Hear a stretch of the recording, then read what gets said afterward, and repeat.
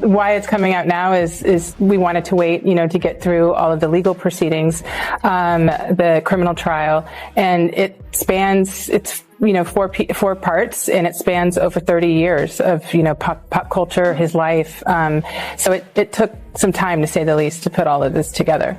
It's an important story, and you could just tell it with all the public material. Mm-hmm. You go further, you've gotten your hands on some extra new material people are going to see for the first time, including this video. Any journalist would want to know how you got it, but it is Sean Diddy Combs in the heat of this, right before the arrest for the trial we just discussed, in private moments, talking to his lawyer, cameras running. He also underestimated that with every celebrity, you do have different claims, and some are completely unfounded. But I think that some of these lawsuits, there's receipts. Mm-hmm. And there's footage, and there's voice recordings. And I think that for a man, it's also very interesting, for the culture of hip hop, so many artists record themselves, and they probably, when they were, recording themselves in 2005, never saw the year 2025 and how accessible that media would be to actually make a case for things. And I think about P. Diddy, Puff Daddy, P. Diddy. Yeah. Did he do it, right? Yeah. I know you've been heavy on social media talking about it. He did it.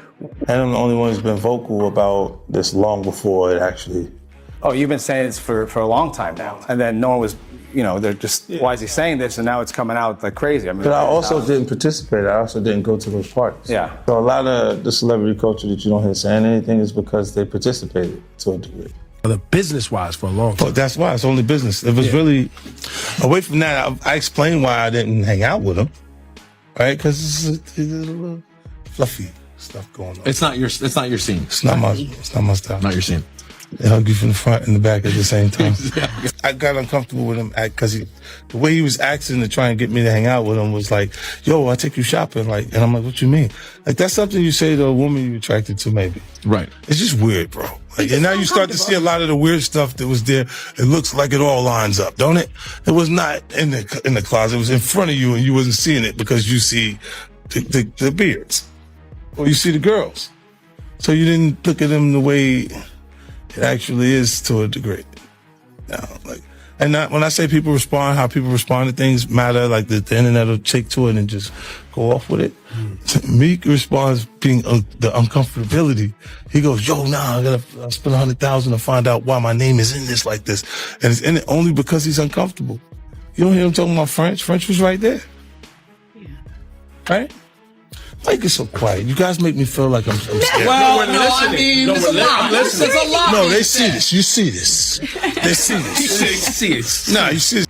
Jay-Z has been pulled back into the headlines as a new lawsuit drags him closer to the expanding legal storm surrounding Diddy. For years, Jay-Z has embodied control, discretion, and strategic silence, a figure who rarely reacts unless the ground truly shifts beneath him. Now, with court filings suggesting the number of people affected may be far greater than first believed, the situation moves beyond individual allegations into a systemic reckoning. When influence intersects with accountability, does silence still protect, or does it deepen suspicion? Take you shopping. Yeah, you see, Meek is in the same shirt. He's out there in the same shirt. This is not Photoshop. This is women's style. Stop it, man. You set that up. Look, I honestly was not offended by what I was offended by. Guys may say to a girl, let me take a shot. See? Damn. They found it that quick. What do you think's happening in the middle? I don't know what is going on. Because it was like, he was like, yo, you hot now. Now we got to hang out now. Hang out. Yeah. She said, I don't know, maybe I'll take you shopping and I get you some flash and you can give me the hood. And I'm looking and I was like, let me just move away from him because I'm going to mess up the way. Certain things, they let it go by because it's Puff. He wasn't like in the closet. He was like in the hallway. All these years, you being the only one calling this out. No, I look like I've been the crazy guy for a long time. You're a hater. They say you're crazy. You do this, and now everybody's complaining. My ass is hurting. 50. Cent has emerged as the most relentless public voice challenging Diddy and anyone tied to the controversy. Known for his instinct-driven skepticism and refusal to play industry politics, he describes moments where proximity felt wrong long before headlines appeared. His message is clear: access to power is optional, but accountability is not. especially when warnings were visible. If some sensed danger early, why did others choose ambition over distance? And it's different than when it was 2016. You know, the game has been elevated. As we can tell, there's no expense being spared. We had a black billionaire's lunch. You understand? Right. And we here together, and we're going to keep staying together. We getting tighter. You know what I'm saying? And united we stand. And ain't nothing else to us. Black excellence. Look, when Jay signed his contract, the big one was with Beyonce. When he signed that contract, the marriage contract, he got trophies. Now those trophies came rolling in, buddy. He started getting Grammys left and right, man. I mean, look, if you look at his career, You're gonna let him say that? Jay was getting Grammys. he had one. Exactly. He had one. He didn't show up. He had like 20 now. Oh, Lord. He had like 18 since he been down. Look, he had one, bro. Hard Knock Life. You're not wrong. He was one. At the same time, he got them since he started drinking. His pictures were things to cop. Wait a minute. So you're saying the success is derived from the marriage? I've absolutely been treated differently. The accolades. Because he's no longer viewed as what, like a street or gangster rapper. Now he's viewed as a businessman, entrepreneur, family man. And the biggest ones because of the position. You can look at that and say the association to Beyonce is when he started to receive the 16 17 Grammys since he's been with Beyonce. Right? And you go prior to that, one. Right. You see what I'm saying? So that came in association, like you see the kids even have Grammys. Like they don't sing yet. They don't sing. Right. They don't rap yet. And they already have Grammys and shit. So it's like they give them this trophy so we secure that they're coming to the award show. It meant that much. Jay-Z's name continues to resurface as the controversy widens, refusing to let him remain on the sidelines. Alongside Beyonce, his legacy has been built on precision, partnerships, and navigating elite power structures. Critics argue these alliances reflect calculated business interests rather than personal loyalty, raising ethical questions about shared influence. At what point does strategic alignment begin to carry moral weight? Was always anti-Diddy and was always speaking about Diddy as a problematic person was 50 Cent. And it turns out that it's just been announced that he's created a docu-series on Netflix. I can't wait to see this. The other end of that, every person who has tried to speak out about this, who has tried to speak out about the industry, the type of people that are controlling the industry, the attacks that people face from the media if they try to speak out, is always the same. They're called crazy. And an example of one such individual who went through those sorts of attacks is the actor Orlando Brown. He was on Disney, and I remember everyone telling us that he was totally insane and deranged when he was saying a lot of things that at the time sounded crazy, particularly about Diddy. Take a listen. The requirement is you gotta say no to Diddy. If it's new booty in the building, you know he's gonna get it. Don't take your girlfriend to a Diddy party. You can take the, but he won't shoot. Diddy, to me, is the fall guy. You're still seeing a major effort to protect the big name. Looking back at Diddy's inner circle from the early 2010s reveals how quickly loyalty transformed into distance. Artists once publicly aligned now behave as though the association never existed at all. As past incidents resurface, the silence grows louder, suggesting that benefit was once accepted while responsibility is now avoided. When history is rewritten through absence, who decides what remains visible? New accusations of human trafficking as he awaits his federal trial. In a civil case filed in Florida April 1st, Joseph Manzaro alleges, according to court documents obtained by E! News, that he was drugged, transported against his will, and sexually maimed as a victim of a coercive and organized criminal enterprise facilitated by Combs and others back in 2015, and names celebs such as Beyonce, Jay-Z, and LeBron James as witnesses in the lawsuit. In his filing, Manzaro says the alleged events took place in April 2015. He states that he lost consciousness after feeling a, quote, greasy substance resembling Vaseline as he opened the front door to his home, after which he says he was transported to another residence, where an associate of Combs allegedly told him that the music mogul wanted him brought to a freak-off event. Manzaro alleges in the suit he was secretly transferred to the music producer's home through a concealed tunnel allegedly connected to Gloria Estefan and Emilio Estefan's Miami property. He alleges that upon regaining partial consciousness, he found himself inside a large party area upon information and belief that it was a birthday party for Combs' then 17-year-old son, Christian Combs. There, he was allegedly forced to appear in a penis mask. The lawsuit states, Jay-Z and Beyonce Knowles Carter were seated in the room, and upon seeing Manzaro, Beyonce Knowles Carter asked, "What's this? What's this all about? Why is this half-naked white man with a penis mask standing here in front of me?" Manzaro alleges in the lawsuit that he was then forcibly paraded through multiple rooms filled with people who were jeering and taunting him. High-profile individuals, including Jacob Arabo, Jay-Z, Gloria Estefan, LeBron James, and Beyonce Knowles Carter, are identified as witnesses due to their presence or knowledge of the events surrounding the freak-off orchestrated by defendant Diddy. Wow. And freak-off, of course, is something that we've heard many times before, both in Combs' criminal case and other civil cases, to describe these prolonged sexual episodes, usually with sex workers. But Manzaro is suing Sean Combs. He is suing a man named Eric Mejias. He is suing Brendan Paul, who's been described in another lawsuit as Sean Combs' drug mule, Emilio Estefan, who is married to pop superstar Gloria Estefan, and Adria English, who filed her own lawsuit against Sean Combs, claiming she too was a victim of sex trafficking. By the way, it's interesting he's not suing these other celebrities that I mentioned, like Jay-Z and Beyonce and Gloria Estefan, possibly because he doesn't believe their alleged liability amounted to a civil claim, but seems to want to call them as witnesses at a trial, although I have to imagine they will do everything in their power to quash any subpoena should this case progress, and we'll talk. A newly filed civil lawsuit has widened scrutiny by naming high-profile figures allegedly present at a private gathering.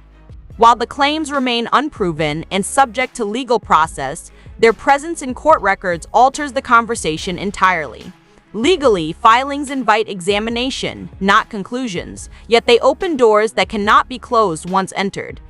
Does allegation alone change perception, or does truth demand time?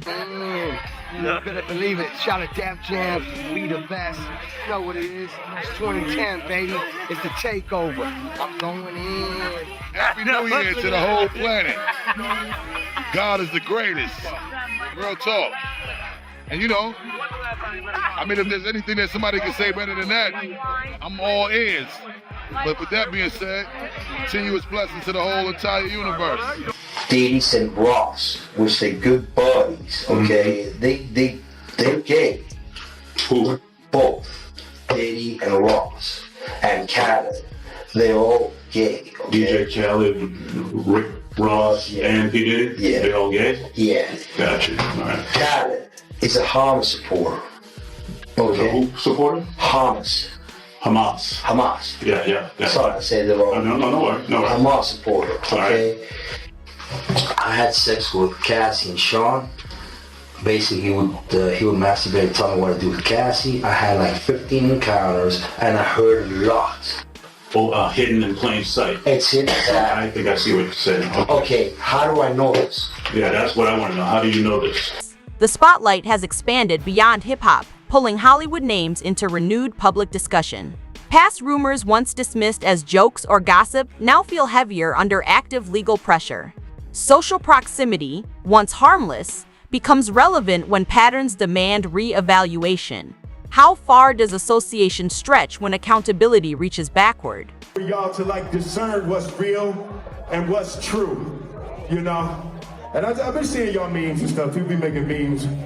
I see the memes. I see them now. Some of that stuff is funny. Some of it's funny. But I haven't addressed any of this publicly, but I just want to say this very clearly. I don't have to do with Puffy, so y'all can stop all them memes.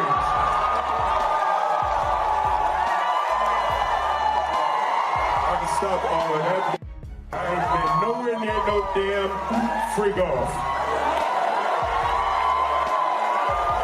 Listen, I do enough of my own. Don't be putting me in other people's.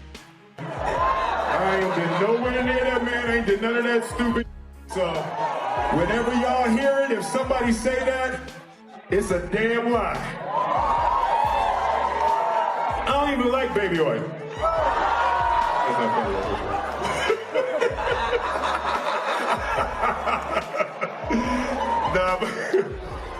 But I haven't said that publicly. I just said y'all the first time. I usually don't respond to dumb stuff because it's like people. It's so many things people say, so much stuff, but. You know, that one, your memes was doing too much. Y'all was having me mad. Will Smith and Jada tried to pick her up on a threesome and you were going to beat up Will Smith. Is that true?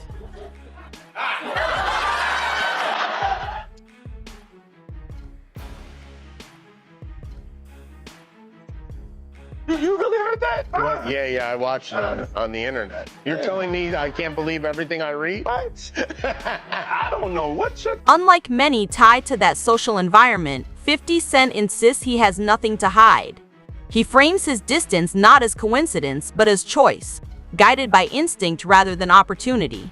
His argument challenges the idea that awareness without action is harmless. If people knew and stayed anyway, where does responsibility begin? Worried that if you throw little and you don't throw out allegations, but like you kind of poke fun at them. You just ask questions. You're not worried that it comes back your way, like people dig up your past and try to pull stuff up. I don't got shit in my past. Everybody got a little bit. Like, not that it's real enough. I took a pill, but it was for me to perform better. For her to remember, buddy. I didn't f***ing give her a drink so she forget what the f*** happened. What the f*** is going on here, bro? Yes, I took the drinks. I gave me the f***ing drug to perform. So she can remember and possibly love me for that. Did it work? What the f***? This is, yo, bro, look, I'm doing pretty good. Like, I'm pretty good. You know what I mean? Like, but I'm just saying, this is the opposite of normal shit that we're talking about, bro. That is why. I don't know why it's so hard for people so just for to people to feel like shit is you weird. would have something or you would have reserved energy because you feel like you was doing it too. This is people that are looking on separation between their hardships or their the things that they got going on that would be issues and what a celebrity's issues would be. Wait, what is that? They think all celebrities are doing the same thing. Yeah. Right, and when you see, if I wasn't saying anything, guess what? You could safely say that a person on the outskirts that is not involved in hip-hop culture could think that everybody in hip-hop culture is with. Anticipation is building around 50 Cent's upcoming documentary, a project Diddy publicly acknowledged months earlier. Rather than revisiting surface narratives, the film reportedly examines power structures, access, and silence behind closed doors. If accurate, its impact may extend beyond individuals into the systems that protected them. What happens when structure becomes more important than scandal? P. Diddy, Puff Daddy, P. Diddy. Yeah. Did he do it, right? Yeah. I know He did it. you've been heavy on social media talking about it. He did it. And I'm the only one who's been vocal about this long before it actually. Oh, you've been saying this for a long time now. And then no one was, they're just, why is he saying this? And now it's coming out like crazy. I mean, But I also didn't participate. I also didn't go to those parties. Yeah. So a lot of the celebrity culture that you don't hear saying anything is because they participated to a degree. But was there a reason you never went to those parties back in the day? Obviously, I know what was going on there, but is there a reason you never did? I'm just not with all that freaky shit. Like all of the stuff that he's doing, I'm not into that type of stuff. I'm just a little more, maybe you could say basic or normal. You go into the 90s and Keefe D said he paid him to kill Tupac. Yeah. So look, like you had the craziest accusations. You had TMZ created a docuseries. They went to Tubi, but the series is saying the downfall of Diddy. You're one of the first persons in entertainment to really call out people and kind of have that authority in that, to be able to call people out. I mean, which is pretty amazing. You're kind of, in some ways, draining the swamp of Hollywood. Yeah, I don't have a support system. I don't have a support system of a peer group of artists that I require to do what I'm doing. I've had to be on my own from the beginning. So I don't necessarily... As more names circulate, discomfort spreads across entertainment's upper ranks.